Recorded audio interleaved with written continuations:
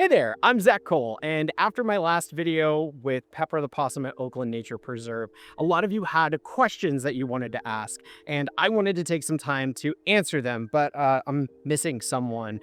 So I'm actually here at Oakland Nature Preserve with Pepper the Possum right here to have, hi, sweetie. And so we are here to answer some of your possum questions. Hi, Vivi. Hey, yo. Ow, her nails are so sharp. So what I'm understanding is if I see a possum in the wild, can I pick them up and give them a hug? I would not suggest that you do something like that. Pepper here is a trained animal ambassador at the Oakland Nature Preserve, and I wouldn't suggest picking up wild animals to begin with. They are wild for a reason, and we would much rather come to places like a preserve where you can meet an animal ambassador like Pepper, who's used to seeing people on a daily basis, and she does so well.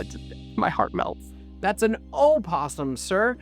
You're right, but so am I, because possum, opossum, it's the same animal, the scientific name of which is Didelphis virginiana. The reason that there might be some confusion is because there is an Australian marsupial that looks similar to this that is also called a possum.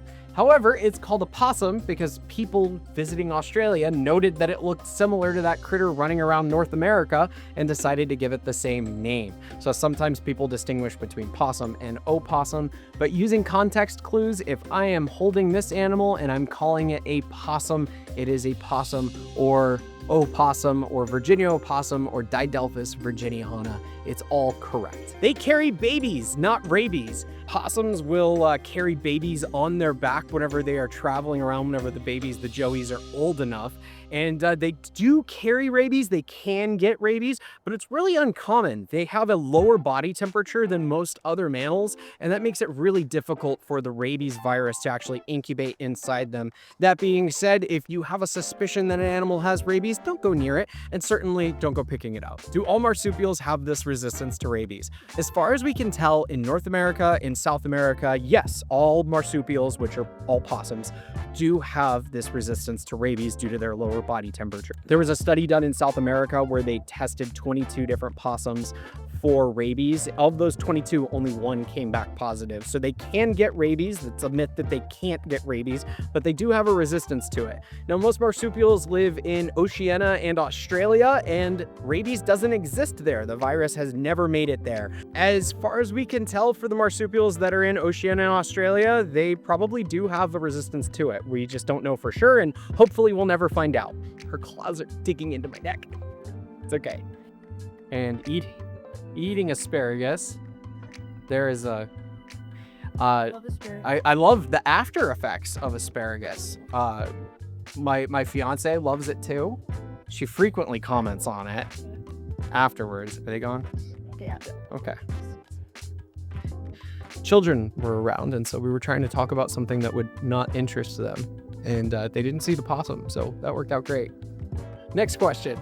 How did a marsupial end up in North America? So as far as we can tell, according to the fossil record, marsupials actually started in North America. The earliest known marsupial fossils are in what is now North America, and they spread down to South America, where most possum species are. There are 122 different species of possum, and only one is found in North America, and all 122 are found in South America, as well as parts of Central America. Now, what's really interesting is how they spread to Australia and Oceania, where they're known and famous for being. 2/3 of all the different marsupial species are found in Oceania and Australia. So there was probably at some point a connection between those continents, and the marsupials were able to just walk on over and diversify. Right here with Papa Zak. They may not carry rabies, but they do carry EPM, which can kill horses. That is correct. Possums do carry a parasite that they can pass on to horses called EPM. That being said, it is very easily treated with medication that you can get from your local feed store or your veterinarian. And if you don't have horses, you don't really need to worry about it because EPM doesn't affect humans. Here we go. Oh. She's so sweet, isn't she? She's just the sweetest. She's just the sweetest. Who the heck is afraid of a possum? They literally faint whenever they get scared. They are nice. Trained animal ambassadors like Pepper can be very sweet animals. You can see she is just so cuddly and willing to explore me. That being said, wild animals should not be interacted with. They're much better to just appreciate them at a distance or visit an animal ambassador like Pepper at a place like the Oakland Nature Preserve. Do they bite? I had one in my garage and was going to pick it up, but it opened its mouth showing lots of teeth. My general rule is that anything with a mouth can bite, possums included. While bites are rare from wild possums, it's still best just to give them some distance. The reason that they hiss and show their teeth and look all scary is because they're tiny little animals and there's lots of things in their environment that would love to eat them, so that they act nice and scary, big and scary, maybe they'll get left alone. But always keep that in mind. They do anything with a mouth can bite. That's my recommendation. I really want to pet one someday. What texture is their fur? So Pepper is very fluffy and she is very soft, but her fur is kind of a coarse texture.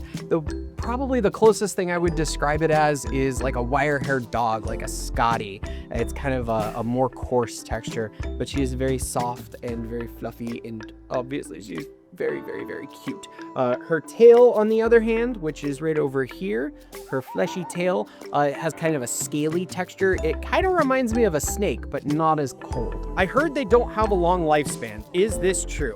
So in the wild, possums typically live somewhere between 2 and 4 years. And the reason that they do have such a short lifespan relative to people is because there are lots of threats that they deal with in the wild. They don't have someone taking care of them. They don't have a vet like Pepper here does. They don't have anyone looking out for them, and they could be affected by disease, starvation, or they can be eaten by other big animals. Possums that are kept in captivity, there are some cases where they have lived up to 10 years, but that's pretty unusual. Pepper here is almost 2 years old, and I love a good mirepoix whenever I take celery and carrots, and honestly, cooking just brings so many different joys to my life. This is one of my favorite things to eat. I just like to appreciate my food before I actually eat it. And that's one of the... That she's about to be... She doesn't know. She's too sweet. She's too sweet for this world. She doesn't know she's about to be eaten. She's spending half this video like tucked into the crook of your neck. Yeah. She's been whispering and sniffing sweet nothings to me this entire time. Just little... Yeah, that's right, pal. Possums are such beautiful and amazing creatures. The way they get their babies in their pouch after birth is fascinating. Possums are only pregnant for between 9 and 13 days. They have a very, very, very short pregnancy. And that's because, like all marsupials, whenever the young are born, they do the rest of their development in the pouch. So they have a very short pregnancy, but they do so much more growing. So after 9 to 13 days, if a possum gives birth, they'll have little tiny gummy bear-sized joeies that will crawl into their mother's pouch. And that's also where they will spend the next 4 months as they grow up. And that's also where they get milk to get bigger. Her whiskers keep tickling my neck as well. But where can we take the babies if we find them? If you come across a possum that has been injured or killed on the side of the road, the very first thing that you need to do if you want to try to help them is make sure that you don't endanger yourself first. You don't want to be creating another emergency on top of what's going on.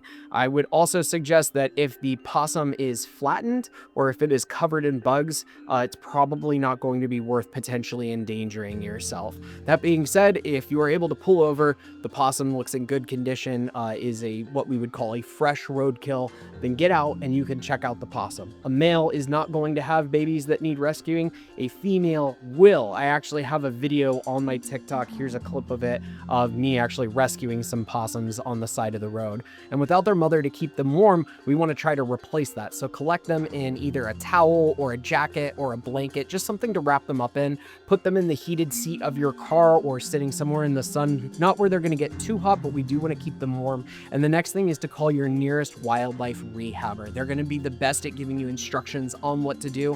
One thing I will absolutely stress, do not give them food or water or milk. That is the biggest mistake you can make if you're trying to help them, because in the end, water or food or milk, if it's not the right kind, can actually harm them. And it's better to let that wildlife rehabber, who is an expert in this, know how to take care of them. Just get them to that wildlife rehabber and keep them warm.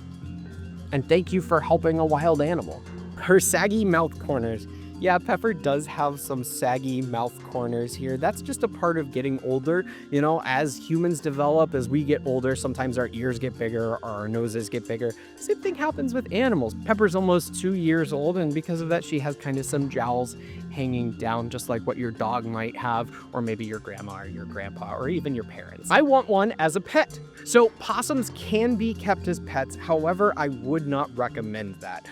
They are considered an exotic animal, so if you really want one, you can look up the exotic pet laws in your state.